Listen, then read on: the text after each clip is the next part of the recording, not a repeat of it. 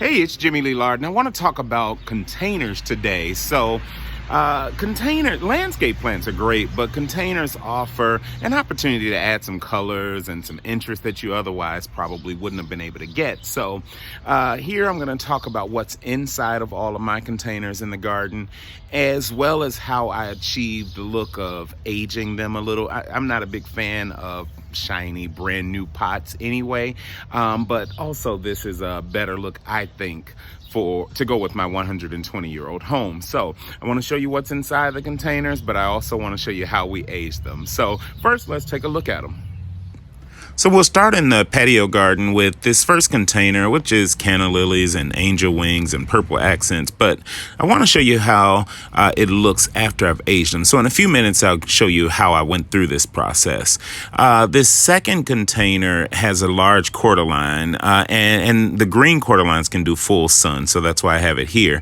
But it's underplanted with some secretia, that trailing chartreuse is aurea on the side, and then some purple petunias. Purple is sort of the theme for my garden. The last container in that particular bed is a shrub, and it's an arborvitae with purple underplantings as well. And then on the opposite side in the seating area, I have an arborvitae that I've sort of bonsai'd a little bit in an urn. I just wanted to add a little more interest. And then the corner is anchored with angel trumpets here, which are, I think, going to look really nice once they're all full and in bloom. I have a container with angel wings and aurea, and then just some purple petunias in there as well. I have some urns. I like very interesting urns. So off to the right, you'll see two urns. One has another bonsai arborvitae, and then another one with some papyrus. Here is what it kind of looks like all together in the patio garden. So I just wanted a little zen space, somewhere where I can relax, and it also gives me a little privacy as well.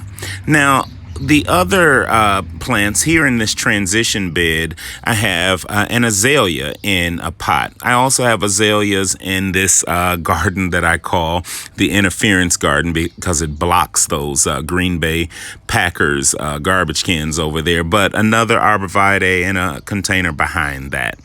In addition, I also wanted something to have a little interest in the shade garden, so I have an antique bird cage that I planted up just with a few shade-loving plants. But let me show you how it got here. So I use a sanding pad just to rough these up a little bit, get this shine off of it. My home is 120 years old, so I think that this would better match it. After I did that, I took some mud, literally just some mud, and started smearing it on the sides of the pot so that it just gave it a dirty look. In addition to the mud, I had a little bit of Portland cement mixed in there so that I wanted to have a little white film, and I did that with all the pots. So after that, we were off to the store, some nurseries. Cute guy in the background. After a couple of nursery visits, I ended up with quite a few plants so that we could begin planting. So here we go, starting first with a shrub. This is an arborvitae, obviously, and wanted to give it a little bit of wow. So I'm adding a few plants around it as well that are going to trail off, including some petunias and even begonias as well. So give it a nice look.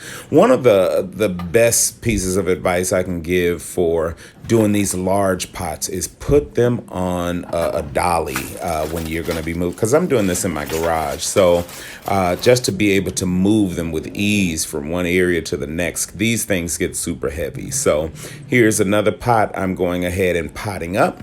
So a few nice things. Again, you just want to have something to sort of dazzle that's tall in the middle, and then going around it, just some things that flow over and fill in all the rest.